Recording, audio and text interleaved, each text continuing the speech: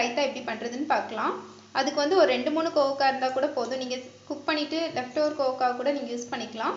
ஆனால் கோவக்காய் கொஞ்சம் ஃப்ரெஷ்ஷாக இருக்கணும், கொஞ்சம் பழுத்த கோவக்காவாக இருக்கக்கூடாது. ஃப்ரெஷ்ஷாக உள்ள கோவக்காவாக எடுத்துக்கோங்க. எடுத்துகிட்டு வந்து 4 கீறிக்கோங்க. அப்புறம் இப்படி குட்டி குட்டியாக கட் பண்ணிக்கோங்க. ரொம்ப பழுத்த கோவக்காய்னா லைட்டாக ஒரு புளிப்பு டேஸ்ட் வரும், அதனால தான் அந்த பழுத்த கோவக்காய் வேண்டாம்னு சொல்கிறது.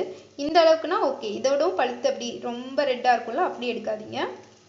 உங்களுக்கு அமுத்தி பார்த்தாலே தெரியும், ரொம்ப கிளுக்கிளுன்னு இருந்துச்சுன்னா அது வந்து ரொம்ப பழுத்திருக்கும். வெஜிடபிள்ஸ் வந்து பொதுவாகவே ராவாக சாப்பிட்றது ரொம்ப நல்லது, அதனால் இந்த மாதிரி ட்ரை பண்ணுங்கள். இப்போ நம்ம கோவக்காய் ரைத்தா செஞ்சுக்கலாம். அதுக்கு நல்லா கட்டியாக உள்ள தயிர் எடுத்துக்கோங்க.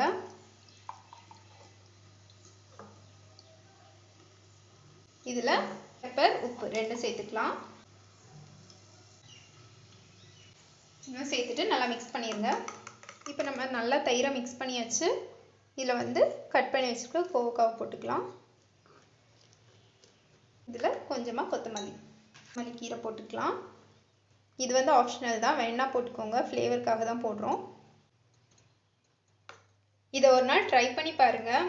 என்றைக்குமே பிரியாணிக்கு வந்து ஆனியன் ரைத்தாவே வைக்கிறதுக்கு இது கொஞ்சம் டிஃப்ரெண்ட்டாக இருக்கும், நல்லாவும் இருக்கும், ஹெல்த்தியானதும் கூட. கண்டிப்பாக ட்ரை பண்ணி பாருங்கள்.